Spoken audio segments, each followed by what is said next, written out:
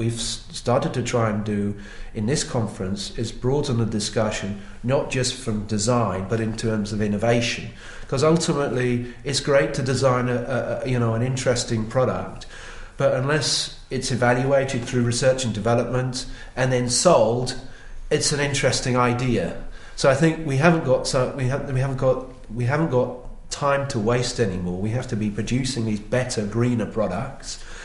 And I think this is one of the reasons why then we're starting to say that if you produce these better, greener products, you can create businesses. There are market opportunities that will evolve. And that's why next year in Rotterdam, 2010, we're going to be looking at this relationship between, if you like, sustainable innovation, entrepreneurship, green growth and jobs. Because maybe we're at a quite interesting point in time with the stimulus packages, with Copenhagen, and the whole media awareness around the issues, that we have a real opportunity to create a real big bang in 2010. So we anybody that's viewing this presentation, we would like to see you in Rotterdam next year, and you will have a great time.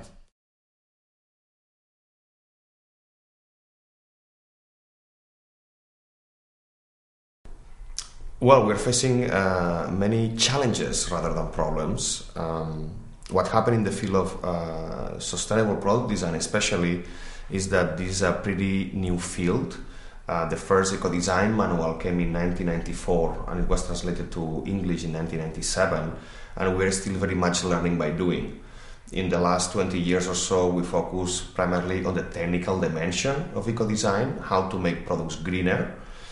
We start to learn now how does the business dimension of eco-design work, so how to make products greener on a business context, but we're still neglecting pretty much the user or the market dimension.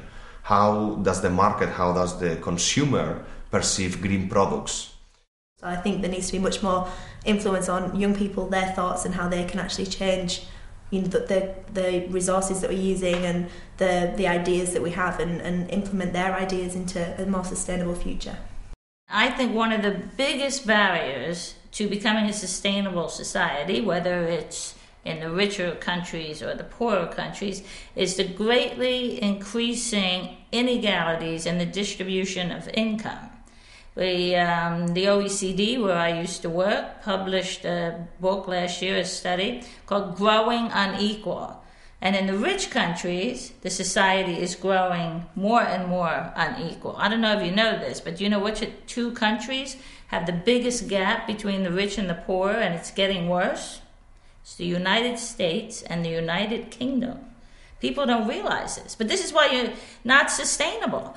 I mean, no matter how much green growth you have or invest in the environment or even have high GDP in economic terms, if you have these huge amounts of poor people, then you are never going to be sustainable. And it also goes on a global level for this huge gap between rich countries and poor countries. I mean, people are just very much against redistributing income in some way to help the poor. I think one of the biggest problems we face right now is us. That we are just not willing to change the way we think about consumerism, about the way we live our lives, and how especially corporates act in different countries. A lot of problems are not actually consumer issues, they're actually designer issues. It's the designers who, I believe, are at fault by not putting sustainability at the heart. And that's now changing. Computers are changing, they're becoming a bit more energy efficient. Light bulbs are changing, they're becoming more energy efficient. Products are being rethought from life cycle analysis. But today, in terms of what you can buy, it's actually the designers have a lot of responsibility in making this century more sustainable.